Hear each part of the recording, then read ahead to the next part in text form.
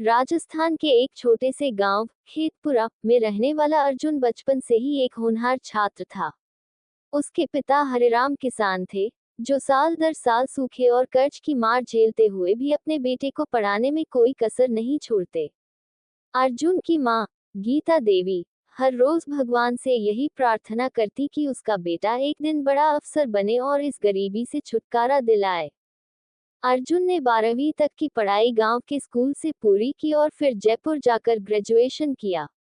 उसके बाद उसने सरकारी नौकरी के लिए प्रतियोगी परीक्षाओं की तैयारी शुरू कर दी। हर साल लाखों युवाओं की तरह वह भी दिन रात मेहनत करता, लेकिन किस्मत जैसे उसके साथ खेल खेल रही थी। हर साल अर्जुन कई सरकारी भर्तियों के लिए फॉर्म भरता। सुबह 4 बजे उठकर पढ़ाई करता, अखबार पढ़ता, पुराने पेपर हल करता और कोचिंग भी करता। उसके कमरे की दीवारों पर मोटिवेशनल कोट्स लगे थे, कभी हार मत मानो, परिश्रम ही सफलता की कुंजी है। लेकिन जब भी रिजल्ट आता, उसका नाम सूची में नहीं होता। कुछ अंकों से छूट जाना उसकी आदत बन चुकी थी। माँ के आंखों में चिंता थी, पिता की आंखों में चुप्पी और समाज के लोग ताने मारने लगे थे, इतना पढ़ लिख के क्या फायदा, अब तक नौकरी नहीं मिली।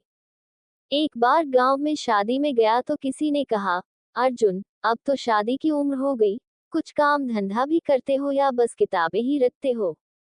दूसरे ने हंसते हुए कहा, इतनी पढ़ाई के बाद भी घर बैठा है, लगता है भगवान ने इसकी किस्मत में नौकरी ही नहीं लिखी।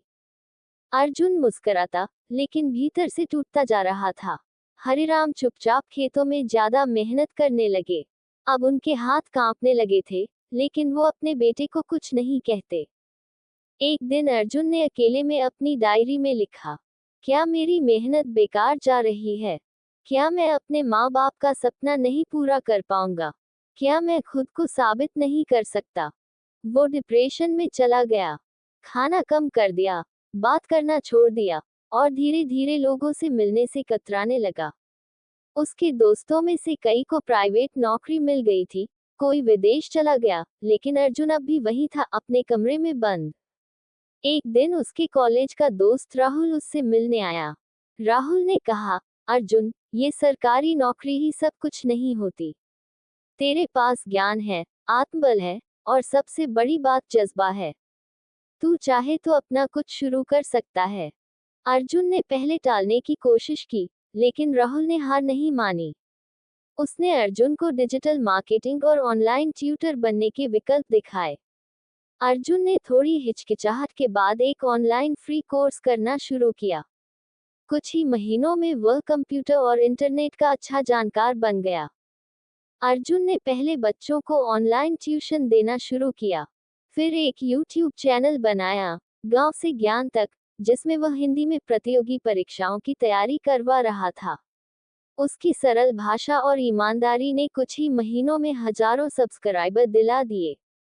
जल्द ही उसे विज्ञापन और ऑनलाइन कोर्सेज से पैसे मिलने लगे। उसके माता पिता के चेहरे पर मुस्कान लौट आई। गांव वाले अब उसे आदर की दृष्टि से देखने लगे। 3 साल बाद अर्जुन अब एक सफल डिजिटल एंटरप्रेन्योर बन चुका था। उसके गांव के कई युवाओं को उसने फ्री में कोचिंग दी और उन्हें नौकरी दिलवाने में मदद की। अर्जुन अब कहता, सरकारी नौकरी पाना ही सफलता नहीं है, खुद को पहचान कर कुछ करना भी उतनी ही बड़ी बात है। उसने अपने पुराने नोट्स और संघर्ष को किताब का रूप दिया, बेरोजगारी का दर्द, एक युवा की यात्रा, जो युवाओं में बहुत लोकप्रिय हुई। इस कहानी से हमें ये सीख मिलती है कि हार तब नहीं होती जब आप असफल होते हैं, हार तब होती है जब आप प्रयास करना छोड़ देते हैं।